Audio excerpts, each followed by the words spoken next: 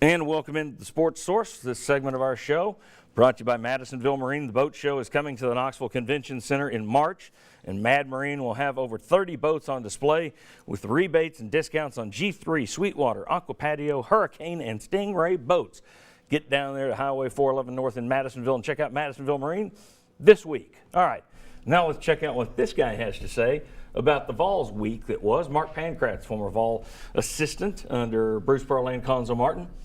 Speaking of Bruce Pearl, Tennessee beat Auburn so badly earlier this week that it was almost a boring game, which good thing to do. And as they typically do, they then killed all momentum by going to Missouri and losing to a team that had lost 9 games in a row. Gentlemen, what happened yesterday at Missouri?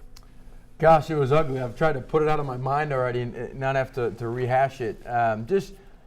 It was the competitive spirit, the lack of, I'm not going to necessarily say effort, but it was just ugly to watch. Guys, Hubbs and Mostella going 1 for 7 from the field, getting no other support. Schofield, punter getting in foul trouble. There was just a lack of edge there that you can't have on the road. I don't care if they haven't won since January 6th. We've got to be better than that. And if we're going to continue to shoot, we say it game after game when we lose. If we're going to shoot more 3-pointers than we do free throws, it's a recipe for disaster 9 times out of 10 on the road, because you got to get to the paint, you got to get to the free throw line, and we just don't do that. And yesterday they actually didn't hit their free throws. Now, I mean, for the most part, this has been a great free throw shooting team. Missed 10 yesterday, shot around 58%. Overall, Tennessee shot 38% from the floor. Missouri shot 54% from the floor. That's not a prescription for victory. You had, after the Arkansas game last week was so bad, Rick Barnes' message to the team was, I can't believe you did this. We've still got something to play for. It's not over yet.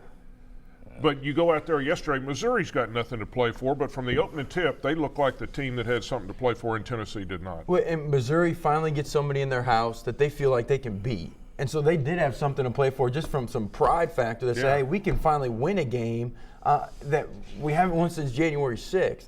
And for a team, Missouri, I think they had 17 turnovers. Tennessee only had 2 or 3, maybe 4 steals. Missouri just throwing the ball out of bounds. Yeah. I mean, they're a bad basketball team, and we didn't take advantage of it. How does this team recover?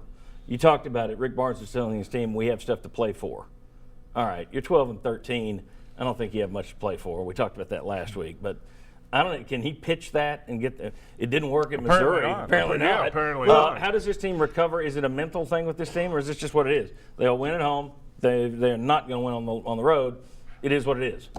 That's what I see. They're just enjoy the home games. If you're a fan, just enjoy the home games. They're fun to watch at home. Well, and I'm fidgeting in my seat because. Forget if I'm a player and I got some pride in what I do. Yeah, I'm coming out here to win. I want to play, and I want to play. I love playing the game. I want to go out there and do my best. And Coach Barnes' mentality has to be: if you're not going to give the effort, man, I'll deal with mistakes. But if you're not going to give the effort, go ahead and sit your butt on the pine over here. And if that doesn't motivate you to do the right thing, we don't have enough talent to go most times, 9 out of 10 times, to win a game. But, man, have some pride and play hard and take care of the basketball. Just play winning basketball, even if you don't have the talent to necessarily win the majority of your games. But here's the thing. All right, everybody's frustrated. This team's 12-13. We went into the season and said if they got to 500, that'd be a good. There were some people in town that were saying this team will win 20 games. Those people are crazy. We said that at the time. We said earlier this season, this is not going to be a great year. If they get to 500, even in the NIT talk, that's a good year.